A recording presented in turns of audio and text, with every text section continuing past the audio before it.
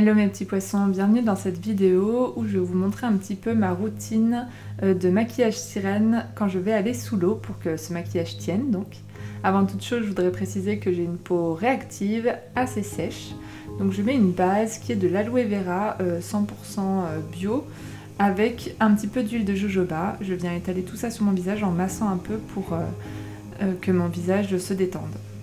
Ensuite sur mes lèvres je viens mettre une petite crème, là je crois que c'est au beurre de karité car en fait c'est important d'hydrater tout le visage et ses lèvres avant de commencer le maquillage. Alors ce matin j'ai quelques petites imperfections, un petit bouton et puis des cernes comme tous les matins, ça ne déroge pas chez moi. Donc j'ai les cernes assez bleues, ça se voit pas forcément à l'écran avec la lumière mais en fait j'ai la peau très fine donc on voit pas mal des vaisseaux sanguins sous ma peau, surtout au niveau des cernes. Donc je vais venir appliquer un correcteur orange qui va annuler l'effet bleu de mes cernes.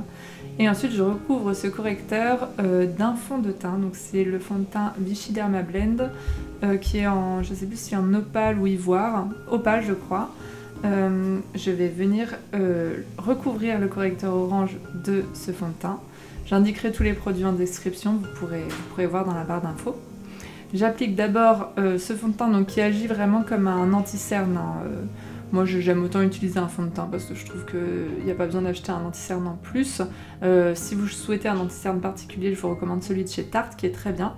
J'applique le fond de teint sous l'œil et sur les imperfections et je viens vraiment tapoter avec mon doigt. Puis ensuite un peu incruster, je ne sais pas si c'est le bon mot, ce produit dans la peau avec un Beauty Blender.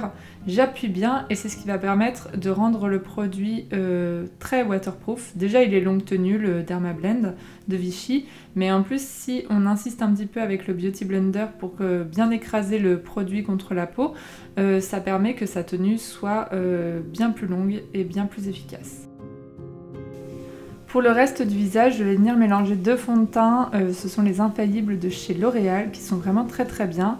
Ils sont assez fluides et en même temps bien couvrants. Si vous voulez une plus grande couvrance, je vous recommande de garder le Vichy Dermablend pour tout le visage.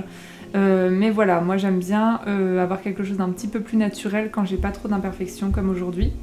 Donc je mélange ces deux couleurs pour avoir vraiment ma teinte de peau. Et ensuite je viens l'appliquer sur tout le visage avec un Beauty Blender. Ce fond de teint est indiqué comme longue tenue et pas forcément waterproof, mais je viens le fixer avec de la poudre libre, donc là c'est la poudre de chez By Terry qui est vraiment très bien et très fine. Cela va permettre de fixer votre fond de teint afin qu'il ne bouge pas d'un poil. On va s'occuper des yeux maintenant et donc avec une palette de chez Huda Beauty, je vais venir appliquer une base sur ma paupière mobile. Et des petites paillettes blanches dans le coin interne de l'œil pour donner un peu d'éclat. Pour mon maquillage waterproof classique, j'aime bien utiliser la palette Lolita de chez Kat Von D parce que c'est toute une gamme de violets et moi je trouve que c'est une couleur qui me correspond bien. Alors d'ordinaire, pour une tenue très waterproof, je vous conseille d'utiliser des fards crème qui tiennent vraiment mieux sur l'œil et sur la durée. Moi j'aime bien cette palette là et en fait les fards poudre peuvent aussi tenir à condition que vous utilisiez des fards à paupières de bonne qualité, en fait de bonne facture, comme ça ils ne vont pas s'éparpiller sur tout l'œil et qu'ensuite vous les fixiez à l'aide d'un spray, je vais vous montrer ça un petit peu plus tard dans la vidéo.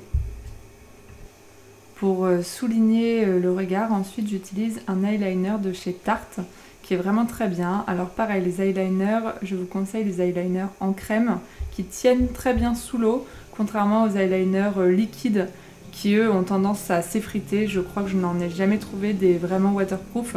C'est indiqué qu'ils sont waterproof, mais en vrai ils ne le sont pas vraiment. Celui de chez Tarte est vraiment bien, en plus bon, Tarte c'est vraiment une marque très bien, vegan, cruelty free, etc. Il n'est pas évident à appliquer, mais on s'y fait. Je souligne le dessus de l'œil avec, je n'en mets pas en dessous parce que malheureusement quand on met de l'eyeliner sous l'œil ça a tendance à partir beaucoup plus vite. Selon mon envie du moment et l'état de mes yeux, je peux appliquer également quelques petites paillettes.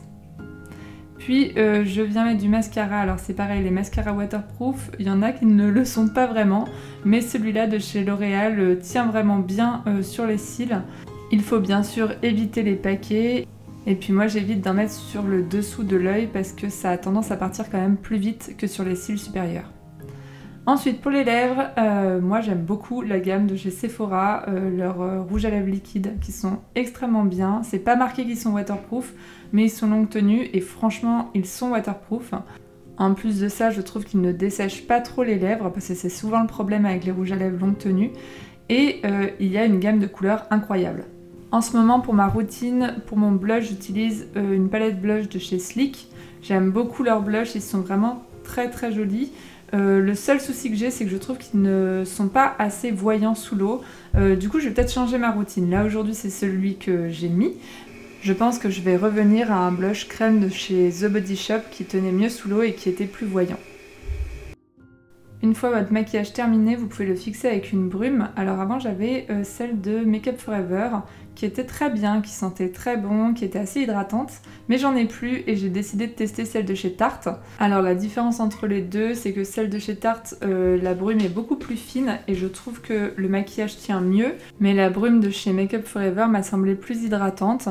Et moi, comme j'ai la peau assez sèche, c'est vrai que ça me plaisait assez. En plus, j'étais accro à son odeur.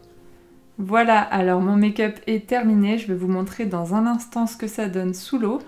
Vous m'aviez posé plein de questions sur le maquillage waterproof sur Instagram et j'y ai répondu dans une seconde vidéo qui se trouve sur ma deuxième chaîne, vous pouvez trouver le lien en description.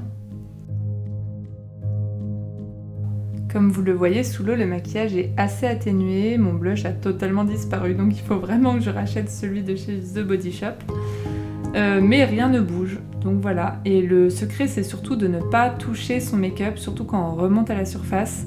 Il ne faut pas se tripoter le visage avec ses mains parce que là, même si votre make-up est super waterproof, il ne tiendra pas si vous commencez à vous toucher le visage un peu partout.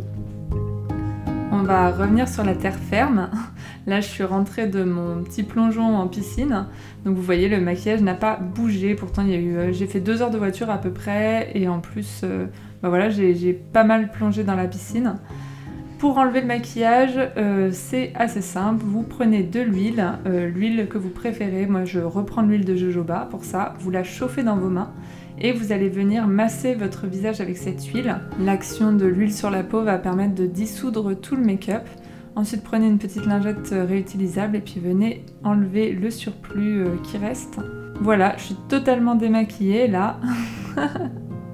Je me sens mieux parce qu'au bout d'un moment, quand même, le maquillage waterproof, ça tiraille la peau. J'espère que cette vidéo vous a plu mes petits poissons. On se retrouve sur ma deuxième chaîne pour vos questions et vos commentaires. Je vous fais de gros bisous bulles. Et je vous dis à très bientôt sous l'eau.